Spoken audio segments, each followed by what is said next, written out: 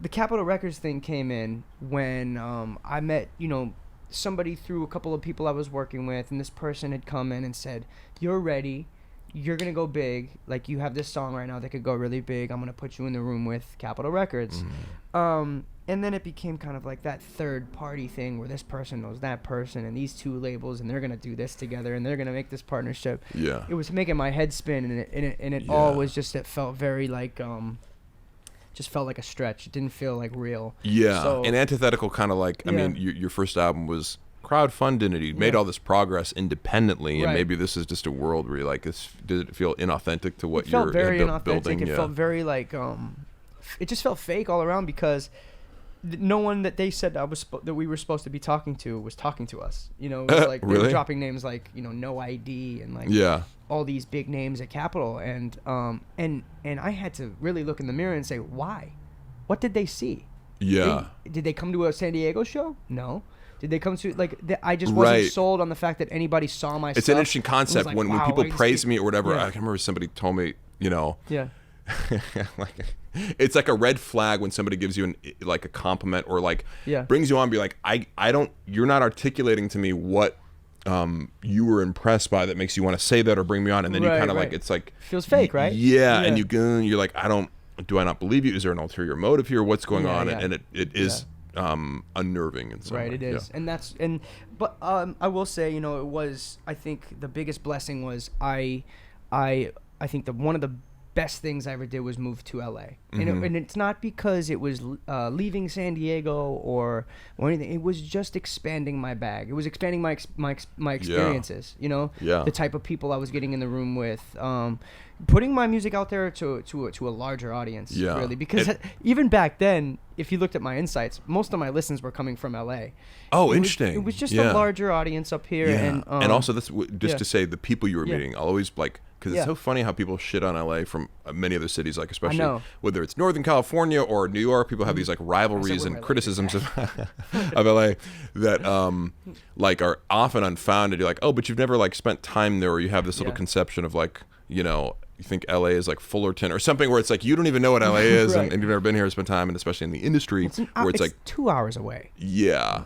But like really what you can never deny is that there are people in LA who came here either to pursue being the best of the best, or who are like drawn here and invited because they're the best of the best. So the quality of anybody in any position, you will just meet on my end, it's like writers, DPs, directors, actors. You meet these people who are the best at what they do. Not everybody, but you have a much higher likelihood of meeting like elite level creative talents in Los Angeles, and just kind of getting like seeing how they operate. Right. Exactly. And even before that, right? Even before the idea of like meeting someone who could put you in a position, the money opportunities. Yeah. Because especially for an up and coming artist, these money opportunities are so rare. You don't know how to get to any bag. Yeah. So you're just like, somebody got to give me a chance. You're in this small little market, and you're hoping that you're going to step on a stage and that someone in that crowd is going to be like an A&R for somewhere, and they're going to help you up. Yeah. Or you're going to have that stubborn approach of being like, fuck y'all, I'll do this myself. And okay, do that then. But you have to be doing like shows fucking once a week. You need to be hustling. You need to be selling your own shit. Yeah. So if your fucking goal is that, then go do that shit. Right. But that shit, it takes a long time and a lot of effort. But you can when I got to LA, what I noticed was getting into a writing session that paid. Yeah. Getting into a certain situation where like they were looking for a rapper for a sketch comedy show. Right. You're there. Paid. Yeah. I'm there. So all of these things. People who were in the sync side of things. When I got like a couple songs written for All American. Yeah. It was like, it was these things became more common. Instead of being in San Diego, I was hidden from it. I was hidden from those opportunities because they were so far and few. Yeah, there's so many opportunities in LA, and a lot of them is just like, are you local or not? We need somebody right now. Yeah, exactly. Exactly. Okay. Where do you live? And it's just like, so while I love to death San Diego, and I still very much like rep the 619. Yeah. It's that whole move to LA was big for me, and that's the Capitol thing. While it didn't work out, it was the kind of thing that jump started me into getting up there. And then eventually, we all moved together as a team. Yeah. Sean, Trevor, You know, and we all have kind of come up here and, right, because built you were a base here. you went on your own to a degree, or to a degree, yeah. I was, you know, my lady was living up here. Yeah. I knew Bill and Obvi and Catalyst and a couple other guys from the hometown. But the path wasn't necessarily like this that we have now. That vision of having your own we studio. opened the studio, maybe almost a year later, maybe less than a year later, and we opened up a second room, you know, last week, and so like. It's just we've all come together up here and been able to just build a you know a community here, and just all these opportunities have been so many, you know. So anyway, and I get to talk to cool people like you. Hey. And so you know, and so this is and guys, if you're tuning in, man, this is Mark Harley. I want to get back to asking you a few questions. Sure. You know, thanks for you know, let me talk on that for a little while. Well, I was very interested. Anyway, I know. It's all stuff that I wanted to hear anyway, because I'm getting little bits and pieces, but it would be hard to know everything that's going on with your journey. And I also don't like. I wouldn't want to message you and be like, "Tell me what's going on." Why? I'm like, we'll get a beer, man. No, I know, but also like when people, I always get in like when people are like, "What's been going on?" and like I haven't talked to them for a few months. It's like it can be intimidating to like. Expect I'm bad at chronological shit. Like unless you catch me at the moment where I'll like explain like the here to here to here to here to what here. What year was this? Yeah, where are we? Yeah, exactly. You turn into the coach from Waterboy. Yeah. He always says, "Where am I? Where am I? I don't know where I am." So basically, guys, if you guys are just tuning in, thanks so much for being here. This is Mark Harley. Really amazing guy, actor, writer, jack of all trades. You might have seen him in 50 Cent's sketch comedy show 50 Central, or you might have seen him on The Fighter and the Kid stuff. Or if you watch Nickelodeon, I'm on Side Hustle. Are you? Let's go. I'm a recurring character on a Nickelodeon show. Sure. You know, this year is kind of funny because like when the pandemic hit, I was like, all right, nothing's happening with acting. All the productions are shut down, yada yada yada. And it's actually been.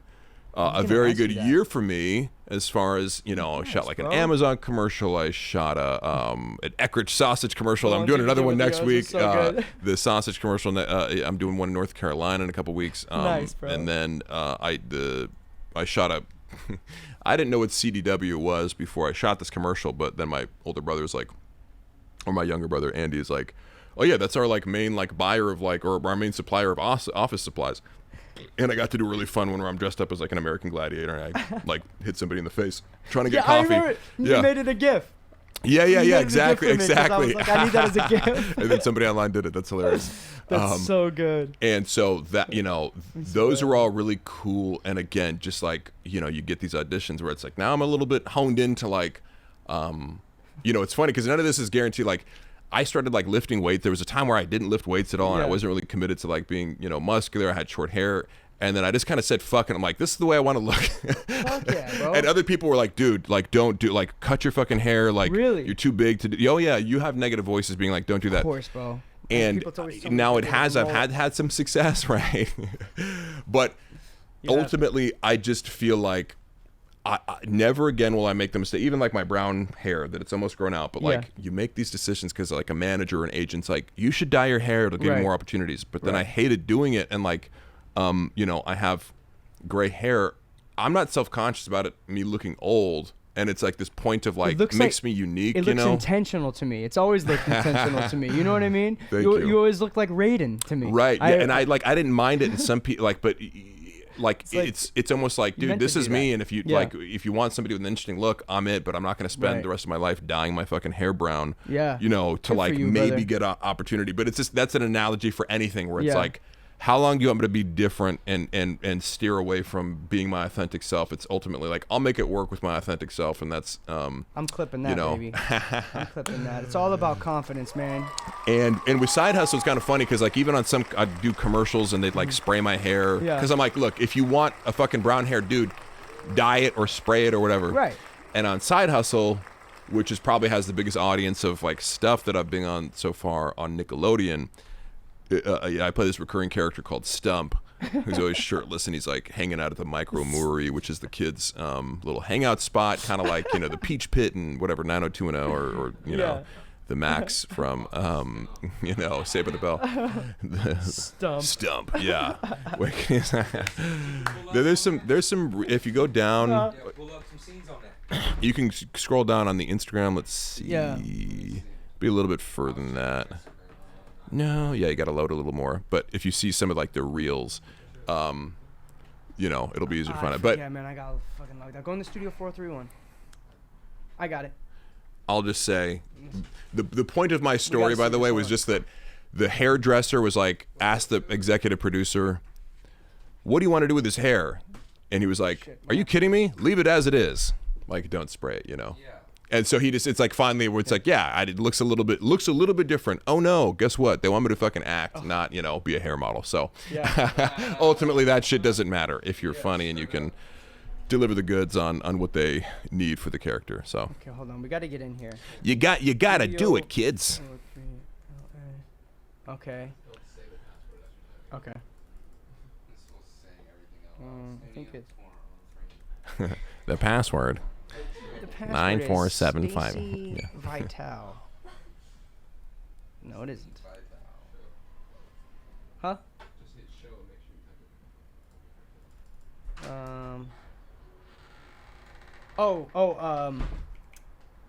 Just use Hello Mark Harley.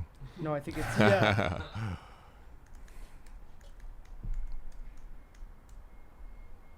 God, man.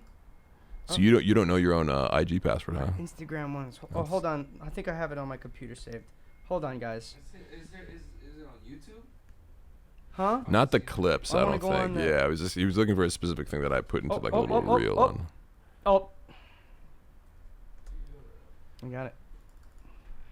I save like my login information on my computer. Ooh, yeah. Thank you very much. What happened? Thanks for following, Vessi. All right. Got a little two-factor authentication or what? Okay. If you go go down a little bit further, we're just back here looking at Mark Harley's Instagram page for some clips. That's a picture of him at Sioux Culture. Hey, thanks, Vessi, for rating the Party of 18. Welcome to the stream. Let's go. A little bit further. Yeah, so there's some reels. If you go to the probably the first, like the oldest one over to the right a little bit. That's my introduction into the series.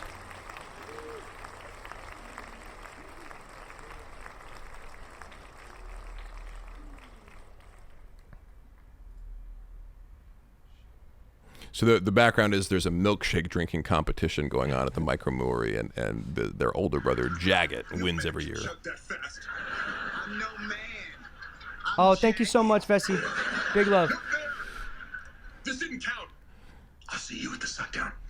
Go back. If you go back a little bit, you'll see the introduction. Yeah, that's to me walking. I'm taking you down, Jagged. Oh, here we go. Back for more Chump. My name's not Chump. It's Stump. And I'm ready to take that belt from you at the suck down. Are you? Go. No man can chug that fast. I'm no man. I'm Jagged. No fair. This didn't count. I'll see you at the suck down.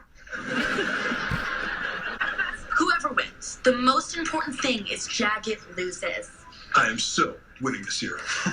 Aren't you the one who whined no fair then ran away? No, but that was someone else. A lot of people look like me, okay? How's it going, buddy? I know what you're doing. You're trying to act all casual to intimidate me.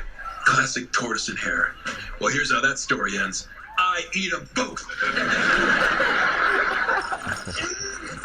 Oh, brain freeze! No! No fair! Classic We got down to the... She's fighting through it for us. Classic tortoise and hare. Stump approves. Now I'm gonna finish this and reclaim my belt. Enjoy the milkshake, losers. Right. Man, it feels good to be a part of a team. I'm taking you down. Let's go. Hey, big love for Mark Harley, man, in the building tonight. Yeah. Thank you so much for being here, man. Of course, I'm super happy it worked out. So, what is your what's the biggest thing you'd like to share with today? What is your of your goals? What's going on with you lately? Lately, since kind of appearing on Fighter and the Kid, yeah. this is something that me and Brendan had talked about and mentioned on the podcast even, but would be me starting my own podcast. And I've wanted to do it for a while, but just kind of felt like I want to do it right, and I don't want to just do it haphazardly, and not to knock anybody doing it from their living room or whatever, but I'm like, I would prefer to do it at the highest level that I could. Absolutely. And hanging out with somebody like Brendan, who's a super good dude and super generous and, has been nothing but great to me. I was very hesitant. Like my idea of like, I'm like gonna avoid asking him anything about podcasting, because when you hang around people like that have like a following and are well known, you just see how so many people approach him with that energy of like, I need something from you. Can you help me? Can you help me? Can you help me? And I want this and and I'm like, I'm just gonna keep this relationship. We live together and we're boys, and that's okay. He came up to me and was like, yo, I think you should start a podcast and I could help you. And I'm like, oh, me? But he's been super, helpful as far as just helping me like envision what the first few steps are and then the long-term strategy and blah, blah, blah. So and then going on The Fighter and the Kid, I've been getting a lot of DMs, and not that should totally drive you to be like, oh, well, people are, giving me positive. Man. Right. Like I've just gotten a lot of DMs, and it's validating because they go, I would listen to your podcast.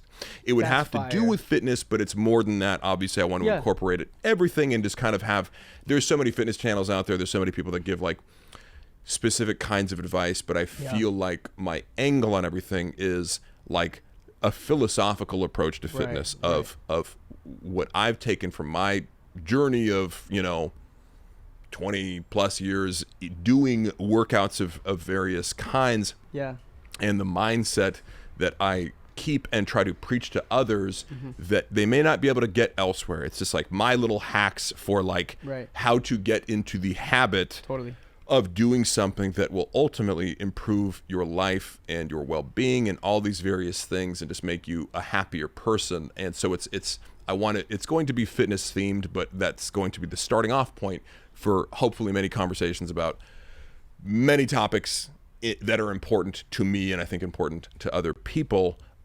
So that's kind of, let's go. Hopefully exactly. Let's get the thing going. So what do you need to do?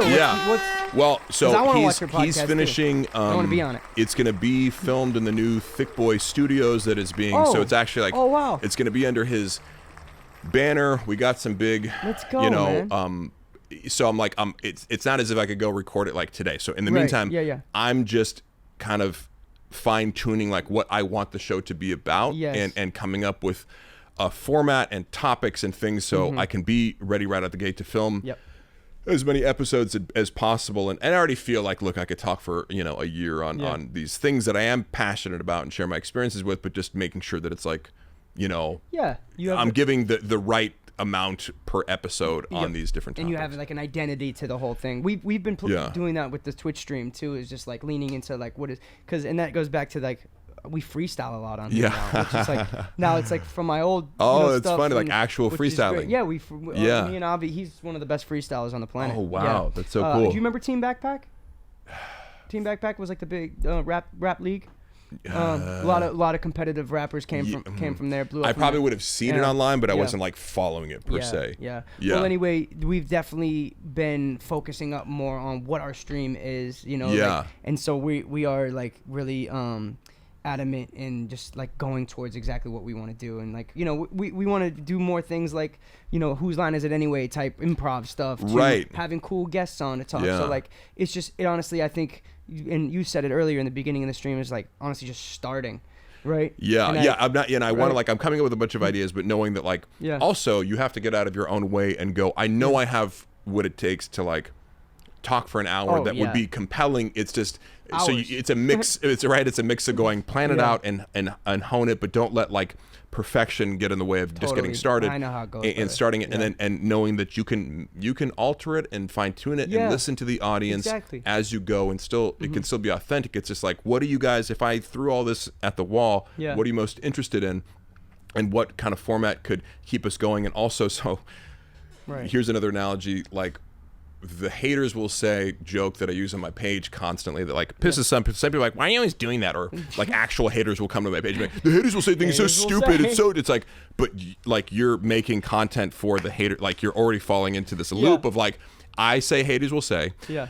My followers will DM me something with their own joke. I put it online. So it's like Right. this circle of content where like people I've just found it's just a funny thing to say that like people engage, or I do the joke of like a lot of people have been asking me when nobody's been asking me anything. You know, a lot of people have been asking me like what kind of toilet paper I use. I just wanted to show you guys. Yeah. That's like a funny influencer thing. A lot of people, nobody's been asking you. Shut the fuck up. Like, you know, a lot of people been asking me what kind of food I eat in the morning. You know. Yeah. And people do it. It's like you have like What 12 followers and nobody's the fuck asking you. do you eat? People? Yeah, exactly. What does your diet consist of? Are you very clean, or do you just have one of Yes. those natural? Yeah. No, I mean nobody can, like, you can't really eat like shit unless you're like running marathons, like you know. But I want to know what you eat. Yes. And I want to know what a typical Mark Harley day consists of. Okay. Typical. Yeah, I'll say with what I eat first. Okay. The staples are oatmeal and rice for Okay. carbs. And my approach is have the shit in your house. I eat meat. I eat chicken. I have steak. I have these things on hand. I have cottage cheese and pineapple. I have protein bars that I like so that I can keep it loose, quote unquote, and eat within a certain range of calories and make adjustments to that based on a feeling. I wasn't always like that. If I'm trying to get super lean, I'll eat 2,600 calories in a day and 300 grams of protein, and I'm tracking it on my fitness pal, but that's to get to like 7 or 8% body fat. Right. Which I don't need to be at all the time. I'm okay with my body. It's taken a long time to get to the point where you're like, I'm okay. I don't know if I'm a little bit leaner or not. 6 pack since I've known you, though. But it is, I mean, you know, seriously, it is a journey for a lot of guys and girls to like, Oh, you work your ass you off, could man. be, you know, and it's possible to look amazing to other people and not have these self-acceptance or to avoid body dysmorphia. That's a very real thing. And, you know, I used to trying to get bigger for football. I would always look at myself and be like, I'm not fucking big enough. And that's a very real thing for guys too. That's crazy, yeah. Damn. But I'm glad to be at a place where I'm like, I look in the mirror and go, yeah, it's okay. You know, I'm okay. I'm happy. Yeah. Biceps are But talking to each other. basically the principles that I employ are lots of protein first, have protein on hand. So if you're slipping or you don't get a meal, I eat Premier protein shakes that are pre-made that I get from Costco. I have, those are on deck, right? Deck, man. I protein pancakes. Like if Those I'm making will be Kodiak. your sponsors for your Right. for I your hope so because I drink stream. them all the fucking time. There you go.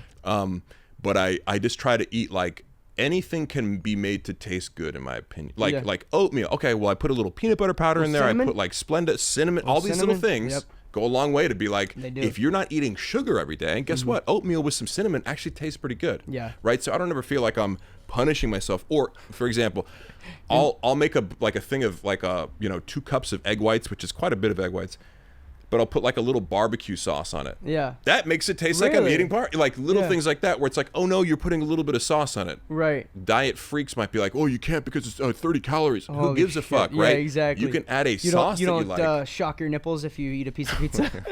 Not at all. But also, like, here's what I'd rather do. Yeah. Because I want to ultimately be in like cardio shape as well. I do hill runs every day. So it's like, guess what? Yeah, I can eat a piece of pizza. It's not going to kill me because I might 'cause you're run 6 working out. miles. Yeah, exactly. So and my brother Mike. My brother Mike eats like 3 burritos a day. Right. It's not works going his ass to off, and though. you'll find that balance Yeah. where it's like, you know, I mean this one dude I just watched, this guy Marcus Philly who's also from Santa Fe and a big fitness influencer. Yeah. Probably got like What's his name? Marcus Philly. Okay. Shredded, 185, like 5 or 6% body fat, like super lean, and does CrossFit and is like strong and all this stuff. Yeah. He eats 3,700 calories a day, which most people dieting would go, wow, that's a lot. But it's like, well, he's moving. Always, yeah. And he's also eating these particular kind of foods, like if you eat a bunch of protein, it's very thermogenic, like your body burns calories, digesting the Thermogenic. calories. Yeah. This is a lesson right now. This is wonderful. It makes your body hot. Like if you eat a lot of protein, your body has to work to digest the protein. So the thermogenic effect, you're burning more calories to digest the calories. So that's another benefit of protein. And I kind of just like a protein first approach where people, for example, when people talk about cravings, Yeah. I don't really have hardcore cravings because I eat so much protein. It just camps it. And I've been a binge eater. I've done all these, like I have a huge appetite, but like if you feel a craving kicking in and you chug a 30-gram protein, like, and these shakes actually taste good. There's like cafe latte, What are they chocolate, called? Premier protein shakes. They gotta come give in me a Premier individual protein size shake. things and all different flavors. They and pay like, you for this? no. Okay. But I like it's the first thing that I tell to people. I'm like, here are my hacks. Yeah. Have it on hand because the moment you're thinking about it, Yeah. or the moment you have to go, oh, I have to make egg whites on the stone and all this. It's like have it in your hand where it's like the barrier is opening the top. Right. Reduce the barriers to eating healthy food, and then I do that most of the time, and then I go to Oklahoma City and I might have some barbecue. Like I just don't. You do have your cheat days. Yeah, and I just don't think about it. I don't psychologically punish myself for that because what am I like? Yeah. Now I do actually have a roll in a couple weeks, and it's like, but I keep close enough. Right. To a body fat percentage that I want to look like lean, specifically for the camera. Right. Because you look bigger on camera, right? I'm a week away of just kind of like cutting back on carbs or manipulating my diet where I'm not trying to lose 15 pounds of fat. I'm just going, I'm dialing it in. Yeah. And that's how I would, but that, to be that close over the years, I've got my own little system of just going, I work out enough and create a stasis where I'm never too much this way. And also just working out every day creates a well-being effect that like, do happy people really binge eat that much? In my experience, like if you're like, man, I feel really fucking good right now, it's random, like you're not gonna like binge eat like a fucking depressed person who hates their Unless life. it's Sunday dinner. Right, and like I love binge eating. I'm just saying, meatballs, like I like the active binge. I've always had a huge appetite, but I'm just saying, if you have it in your mind where you're like, could I stop right now? If you want to stop, I think it's easier to stop when you feel like I'm content. Right. Because I feel good, and that starts to me with exercise. So, what's your biggest like cheat day meal? What's like the thing? I will eat a Fresh Brothers. I'm not saying this is the best pizza in LA. People are like, oh, I like Fresh this place. I don't fucking care. I just happens to be the place. I know my routine. I go there. I get an extra large barbecue chicken pizza, and I eat that in about 6 minutes, and maybe some desserts on top of that. But I'll eat the whole. Like it used to, and it's funny. It used to be like I'd be like stuffed by it, and now I'll eat it. I'm like, I could probably eat another one too. Like I just have. You know, or like if my friend, I'll get one. I remember I got one for my friend Chappelle. We were watching the UFC fights, and he couldn't finish like his, and I'm like, I'll eat that too. Like, so I have a huge fucking appetite. I just try to not make that. Though. Right. So that just, you know, it ends up balancing out. Hi, how you doing? My day will consist of getting up in the morning. We train at 8 a.m. at Zoo Culture whenever Brendan and Chappelle are ready. So I get up, I walk my cats, I do little errands in the morning before we head over at 8. We do the workout for 90 minutes. I come back. I have online training clients. I have in-person training clients that I'll do train in Sherman Oaks. Like today, I was have an audition that I'm gonna film a voiceover audition and then an on-camera audition that I'll try to I've got my little ring light at home that I knock it out as quickly as possible. I've gotten better at that too, where I'm not thinking about it all day. I'm just like, boom, we got 20 minutes, boom, boom, boom, boom, boom, boom, send it out. Yeah. And then, if I work out in the morning, sometimes I'll go like do the hill run, try to catch the sunset, whatever. Yeah. And then, with summer, it's like try to get your ass to fucking sleep because it'll be light till 9 p.m., and I don't want to be like up till midnight and then have to wake up and start it over again. So exactly. Just, trying to be active and trying to avoid, specifically when you go like, stay active. A lot of times I'll fucking want to nap. Yeah. I love napping. This is another hack I go, hey, you want to nap? Or do you want to walk outside for a second? Yeah.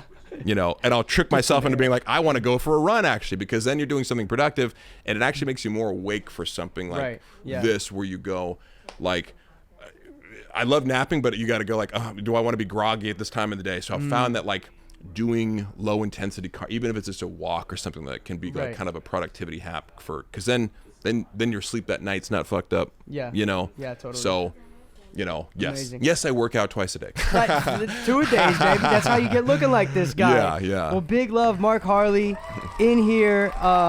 Please, you guys, go follow him on Instagram. At Hella Mark Harley. Mark, right? Hella Mark Harley. So bae, and I love it. Hella Mark Harley. You can see the IG on the top left. You'll know it's him right when you get there. Yeah. He's been killing it. Big shout out to Mark, man. Been an inspiration. He was my tutor when I was younger. Taught me the word altruistic, and and I just think that you're the perfect example of someone who's kind of come down to LA and followed your dreams and done it with a smile on your face. Yeah. So you're the man, dude. And you too. Yeah, I'm a big fan of yours. I can't wait to see what else you're doing. I actually just had my video guy in here this morning. We were talking about doing more skits and stuff like that. Yeah, I would love to do that. We should do some stuff together. I'm totally down. You're always welcome here. What I would love is if you would come back when we do like Whose Line Is It Anyway? It's style improv stuff. Yeah, I'd be super down for that. And we can just kind of do like, we do this segment called Songs About Nothing. Oh, so like my God. we'll have somebody throw like a country beat on, and the song's got to be about like we did one where the story was a pin. What was it? A needle in a haystack. Yeah. But it was a Pixar movie about a needle trying to get out of a haystack. That probably more than freestyle. That's my favorite thing is making songs about nothing. For sure, yeah. Like seriously. Absolutely. So I'd love to have you come through for that. Yeah. Thank you for being here. Thanks for having me. Yeah, absolutely. We're gonna see you again soon. 100%. Go follow Mark. And what's the latest thing that you're on right now? What's your the show? Side Hustle. Side on Hustle. Nickelodeon, Go watch yeah. Side Hustle on Nickelodeon. Yeah. Shit's out now. Go rewatch all the 50 Central. There's really, really funny episodes. So go catch up on that. Get to know Mark. He's got tons of shit going on. He'll be back. Thank you guys for tuning in. We're going to take a quick break. Just going to be playing my music. And we'll be back in maybe an hour. So we're going to be back with... We're still growing on the EP that I got going on. So we got some of our musician friends coming in and adding some epic outros. So anyway, we'll see you guys in a little while. Thanks for tuning in. Big love, Mark. Let's get it. Oh yeah. God, I need the ice like a freezer. Hold up, I was in the city and they showed me love, but it started feeling like an open run. No cap, showed them how to break these numbers. If I ever help, you don't owe me none. Outside my home, watch me work.